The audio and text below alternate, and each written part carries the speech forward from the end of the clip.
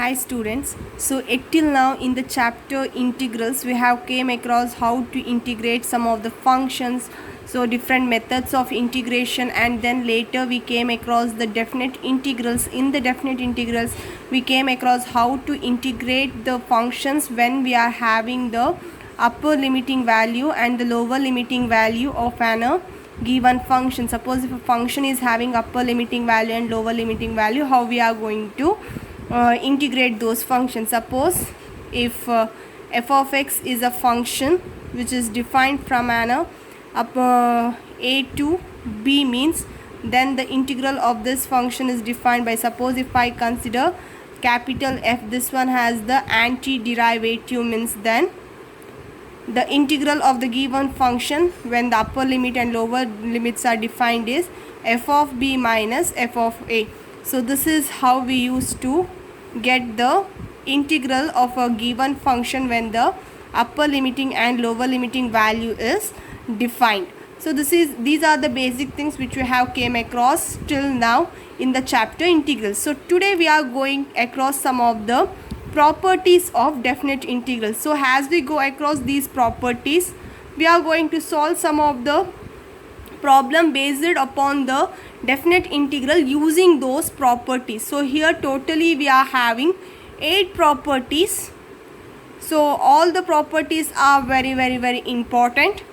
So before going to the problems based upon the property, I will list all the 8 properties and the proof of the 8 properties first. So let us understand all those 8 properties along with the proof. After understanding those properties along with the proof, then we can proceed to the problem solving based upon these properties. So among those property, the first property is that is P. For in your NCERT textbook, those 8 properties they are denoting like PO, P1, P2, so on. For this is just for the identification of the properties, because while solving each problem we need to mention by using which property.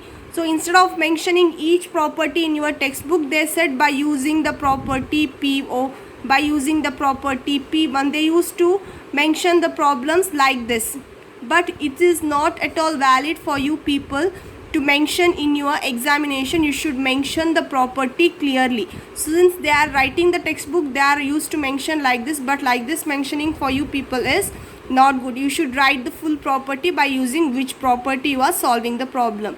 So in that first property, what is that? Integral f of x from a to b is equal to integral f of t from a to b. So here they are saying if there is a function f of x which is defined from a to b, then the value of that function is similar to the function f of t which is defined from a to b itself. So here only varying is our independent variable. Suppose if I take x is equal to t and differentiate this one, what I am going to get? Dx is equal to dt. So what happened? If I substitute these things in the right hand side, means a to b as it is f of t, because I substituted x is equal to t and I got dx is equal to dt. So this is what we got in the RHS. Suppose if I consider an example, say integral of cos x dx, let it be upper limit and lower limit be a and b itself, which might be any real number. So what happened? Here value of a to b, what I am doing here, I am just substituting x is equal to t. So dx is equal to dt. What is that? A is b as it is. So I am just substituting x. So cos remains as it is, cos t dt. So what is the integral of cos x? It is sin x, value varying from a to b. So what is the value? Sin b minus sin a. Similarly, what is the integral of cos t? It is sin t itself, value varying from a to b. So what happens? Sin b minus sin a. So both the values are same here. So the first property is what? Integral a to b f of x dx is equal to integral a to b f of t dt. So that is nothing but if we just interchange the independent variable with along with its independent variable, and the upper limit and lower limit remains as it is, and the value of that integral does not going to change or vary. So this is what the first property is saying. So the next property is, if a function is defined from a to b f of x dx, means if we interchange the upper limit and lower limit, means the function is going to be, the value of the integral is going to be changed with the minus sign. Suppose if I need to prove this one, means how I am going to prove. Suppose let capital F of x, let it be the antiderivative of the given function. So I'll consider the LHS function a to b f of x dx. So if f is an antiderivative, means what happens, f of x, the function is defined from a to b. What does this means? It is nothing but f of b minus f of a. So if I take minus common outside from this one, what happens, f of a minus f of b. So f of a minus f of b, if you think it of this format, means here f of b minus f of a is equal to integral a to b f of x dx. So similarly f of a minus f of b means what happens, a to b, not a to b, b to a, upper limit will be a and lower limit will be b.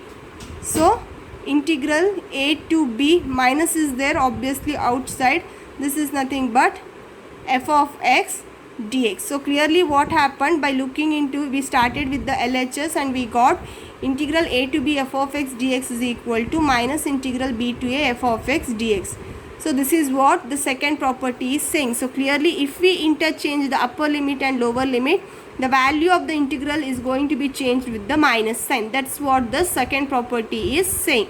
So in particular if I am talking, that is, suppose if b is equal to a, that is integral a to a f of x dx. So then what will be the value of this one? The value of this one is equal to 0. Why? Because it is 0. So what does that means? F a to a f of x dx means what does that implies? It is nothing but f of x defined from a to a. So what does this mean? F of a minus f of a. F of a minus f of a is what? 0. So that is what saying, suppose if our upper limit and lower limit coincide, means then the value of the integral is equal to 0. Third property is, if a function f of x is defined from a to b, means then that is equal to function f of x which is defined from a to c plus function defined from f of x from c to b. So you will understand this clearly if I represent this one graphically. Suppose if this is a function, say f of x. So the function this is defined from the value a to b. Suppose if c is a point lying between a to b. So clearly c belongs to the closed interval a to b. Now this value is f of x. Now what does integral a to b f of x dx implies? The integral a to b f of x dx, as I said in the beginning itself, that implies the area under the curve, right? So now integral a to b f of x dx implies the area under this curve.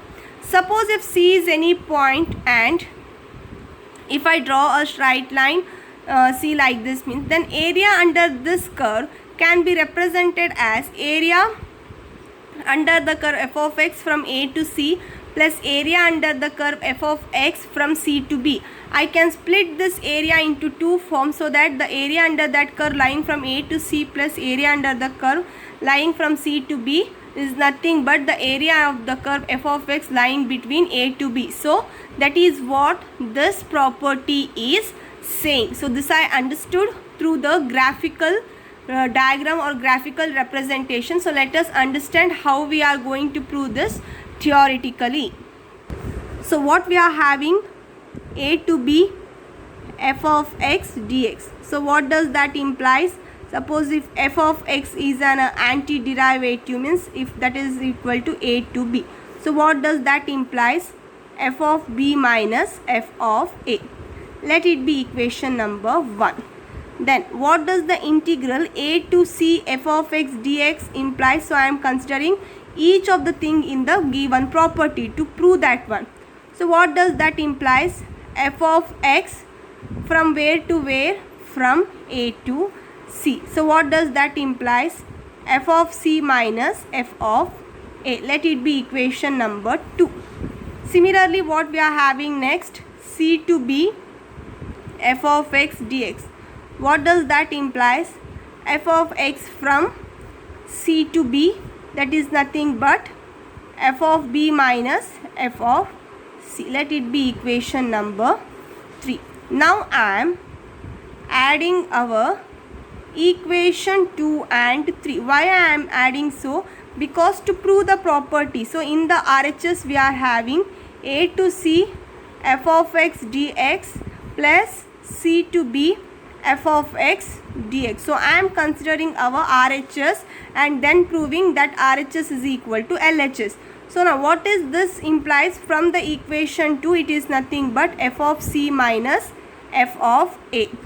Okay, then what does our equation 3 implies? That is integral F of x from C to B is equal to plus F of B minus F of C. Now what happens here? F of C minus F of A plus F of B minus F of C. Minus F of C plus F of C get cancels. What is remaining? F of B minus F of A. What is F of B minus F of A? From equation 1, F of B minus F of A is nothing but integral A to B F of x dx from equation 1. So this is what I have considered or started to prove from the RHS, and I got what? I got the LHS. So hence the property 3. So what does that implies? If a function is defined from A to B means, and if I consider any number which is lying between A to B means, then I can split that function, that is integral F of x from A to C plus integral F of x from C to B. So the practical meaning or the graphical meaning is this is what I have explained here. So this is the theoretical proof of the property 2. So the next property is the integral value of F of x varying from A to B. The value of this one is equal to value of F of A plus B minus x varying from A to B. So they are saying that value of this integral is same as the value of this integral. So let us prove this one. So how to prove this property? So I am considering let t is equal to A plus B minus x. I am considering A plus B minus x is equal to t. Then I am differentiating this one. So what we am going to get? Dx dt is equal to minus dx. So I got dt is equal to minus dx. So after differentiating, what we used to do? We used to check when x is equal to, I am considering this one. So when x is equal to a, what will be the value of t? So when x is equal to a, what happens? T is equal to a plus b minus a get cancelled. So when x is equal to a, value of t is equal to b. Similarly, when x is equal to b, what will be the value of t? T is equal to a plus b minus b minus b get cancels, value of t is equal to a. So we done all the substitution part. Let us consider the RHS, that is A to B F of A plus B minus x dx. So what we are going to, so integral, it is varying from A to B. So the t is going to vary from what? When x is equal to a, we are having b. When x is equal to b, we are having a. So this is nothing but t f of t, and dx is nothing but minus dt. So minus dt. So we got the thing just by the substitution. This is what purely the substitution part here. So now itself we came across one of the property that if we interchange our upper limit and lower limit, the value of the integral is going to be changed by the negative. So here we are having minus of integral b to a to b f of t dt. So if I interchange a to b f of t dt, we are going to get minus. This minus into minus, it becomes plus. So by interchanging, I have just interchanged the our upper limit and lower limit. So after interchanging, so this is by using the property what, a to b f of x dx is equal to what, minus b to a f of x dx. So this is the second property which we have learned today. So after that one, I am using the property, first property, that is a to b f of x dx. So I am just interchanging x by t. I am just replacing the independent variable with the another variable x. So what we have started, I have started with the RHS, that is integral a to b f of a plus b minus x dx, and then I have ended to what, a to b f of x dx. So this is how the proof of the property fourth is going to be. So you can see how this property is used to solve the problem while we are solving the problem. So today we are just concentrating upon the property and the proof of those property. So this is how we are going to prove this property. So the next property is, if a function f of x is defined from 0 to a, then the value of this integral is same as f of a minus x. It is also varying from 0 to a. So how I can prove with this? So first I am considering that let a minus x is equal to t. Then I am differentiating, I am going to get minus dx is equal to dt. Okay. So after that, as per the limit, when x is equal to 0, t is equal to a. When x is equal to a, the value of t is equal to 0. Now what happens? 0 to, I am considering the RHS, 0 to a f of a minus x into dx. So 0 to a f of a minus x, so it is nothing but f of t, and dx it is nothing but minus dt. Now sorry, it is not from 0 to a. So when x is equal to 0, what we had, t is equal to a. When x is equal to a, t was equal to 0. Now by interchanging the upper limit and lower limit, the value of the integral is going to be changed by the negative sign, so that minus is going to be vanished off here. So now by using the property 1, what happens, 0 to a, I am just putting x is equal t is equal to x. So what happens, 0 to a f of x dx. So I started with the RHS and we got the LHS. To be frank, the property 4, this property, it is the particular case of, this is the particular case of previous property, property 3. So what that property was saying, a to b f of x dx is equal to a to b f of a plus b minus x. Suppose if I put a is equal to 0 and b is equal to a, how this property or this property is going to be changed? Integral a was equal to 0, b was equal to a, f of x dx is equal to a is equal to 0, b is equal to a, f of a is equal to 0, b is equal to a. So what happens, a minus x dx. So this is nothing but what, this is nothing but our property P4. So clearly P4, it is a particular case of property P3. So this is what we need to understand by looking into the property, how it is framed. So this is the proof of P4. So what we learnt in the property 2, that is if a to b f of x dx, if c is any point between a to b, means a to c f of x dx is plus c to b f of x dx. So this is what we learnt in the property P2. So if 0 to 2a means, if you consider the number line, means if this is 0 and if this is 0a, means obviously a is lying between 0 to 2 times the a, right? Here this is from 0 to a and this is from a to 2 times the a. So this is what the thing in the number line, it is going to be represented. So now if I consider 0 to 2a f of x dx, means I can write this one by using this property P2, that is what, 0 to a f of x dx plus a to 2a f of x dx. Let it be the equation star now. Let I am calling this one as equation star. Now I am taking let t is equal to 2a minus x. Why 2a minus x? So in the second integral, from the thing which we needed to prove this property, there is having 2a minus x. So I am considering this integral right now. I am considering the second integral on the right hand side of the given equation.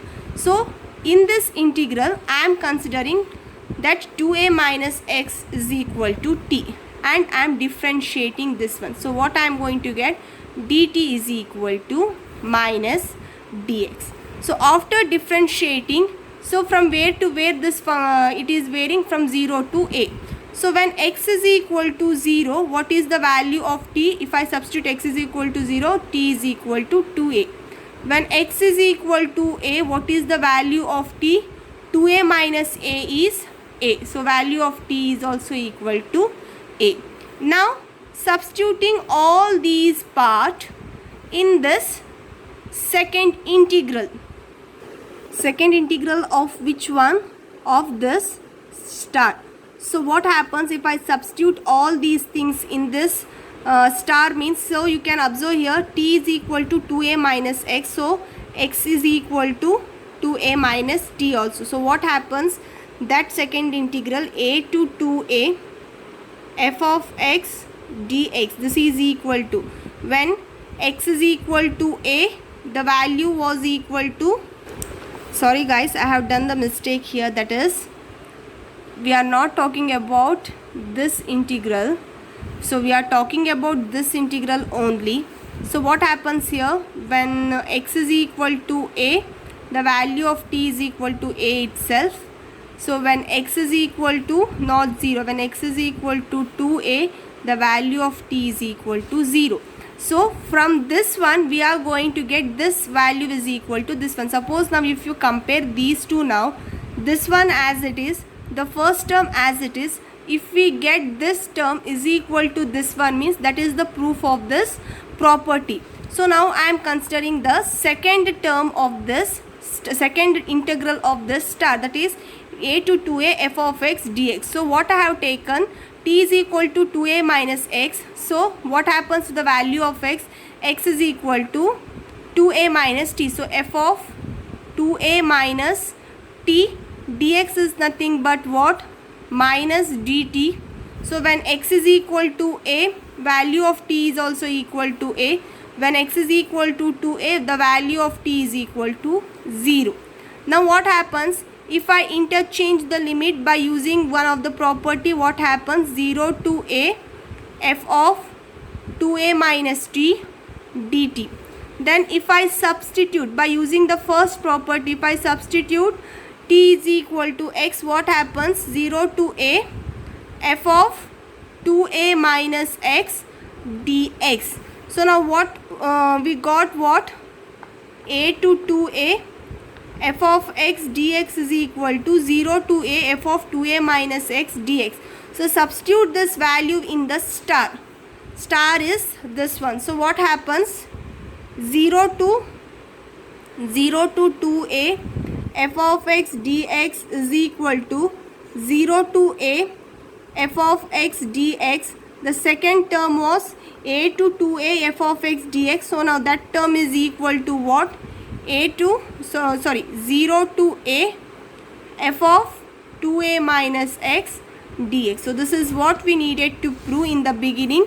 So we have came across that proof. So remember guys, the mistake what I have done is, we are not considering the second integral from the property, we are considering the second integral from the star which we have considered. So by comparing these two equations, you can see here LHS it is as it is, the first term in the RHS is also as it is. If we get this term, that is the second term of the integral is equal to the second term of the integral which we needed to be proved, then that itself is the proof. So we are trying to prove this term is equal to this term. So that is what we came across, and we concluded with the proof of the property P phi. So the next property is, if f of x it is varying from 0 to 2a, this value is equal to 2 times the value of f of x varying from 0 to a if f of 2a minus x is equal to f of x, and it is 0 if f of 2a minus x is equal to minus f of x. So the proof of this property is clearly followed by the property P5, which I have did just now.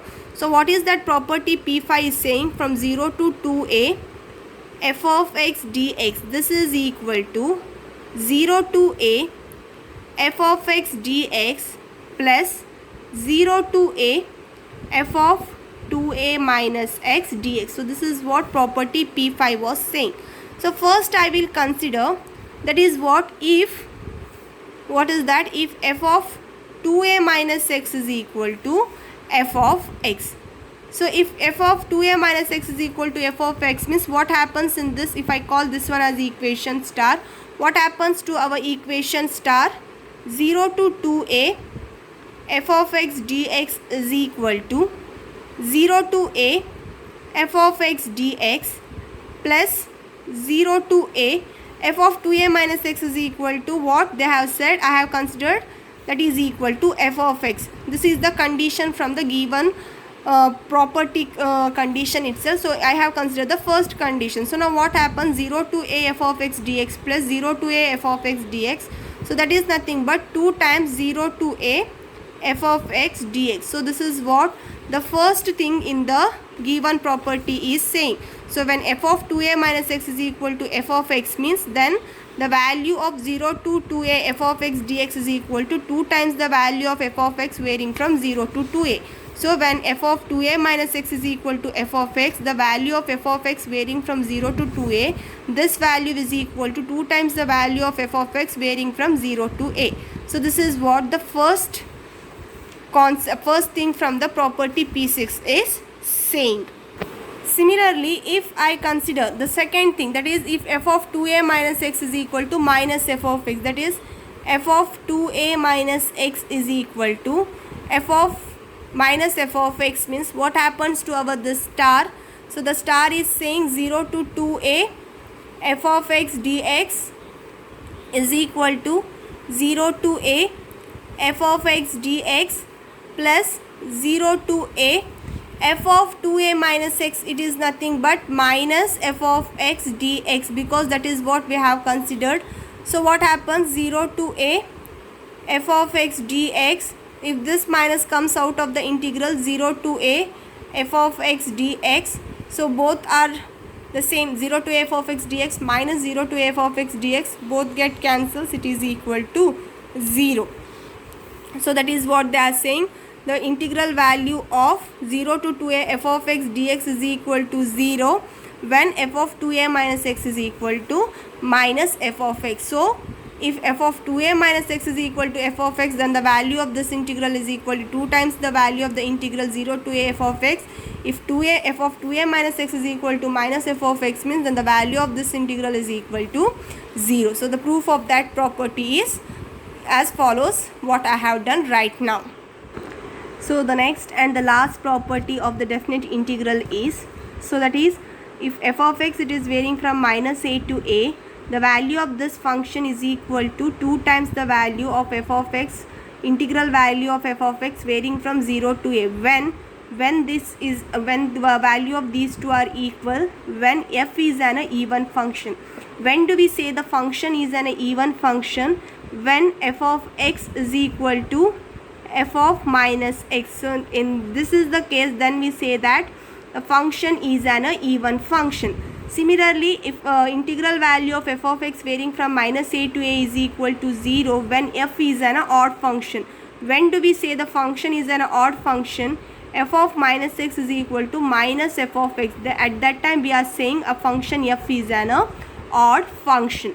So I am going to prove this step by step. Before proving these two, I am just making the thing which I needed so that the substitution, I am proving these to become so easily.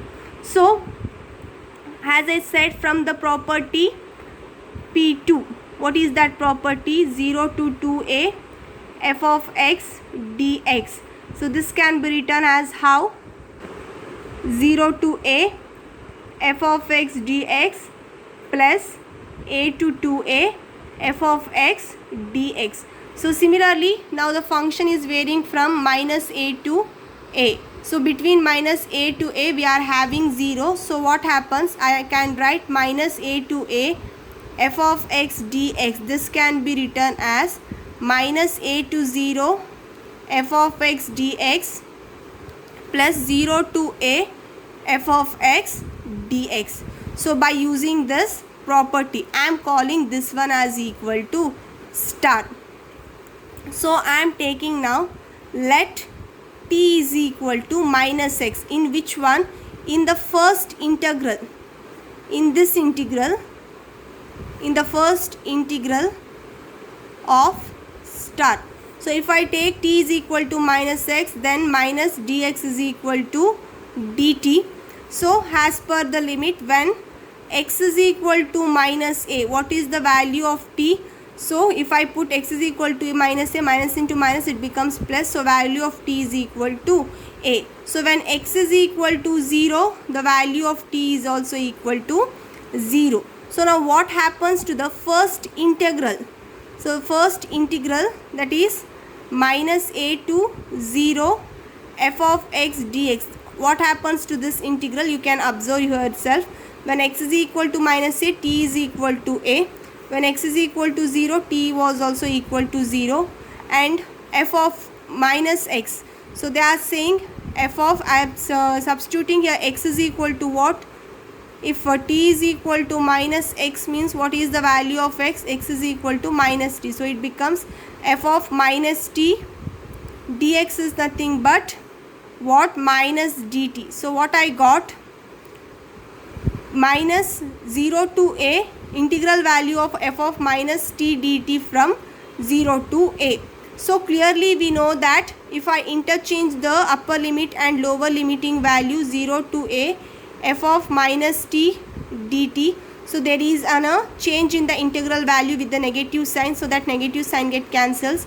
So now I am replacing, or I am substituting t is equal to x. So what happens if I substitute t is equal to x? 0 to a, that is by our property, first property, PO property, f of minus x, 0 to integral value of f of minus x dx varying from 0 to a. Now what happens to our star? So that star is equal to minus a to a f of x dx is equal to minus a to 0. So minus a to 0, now that value is equal to what?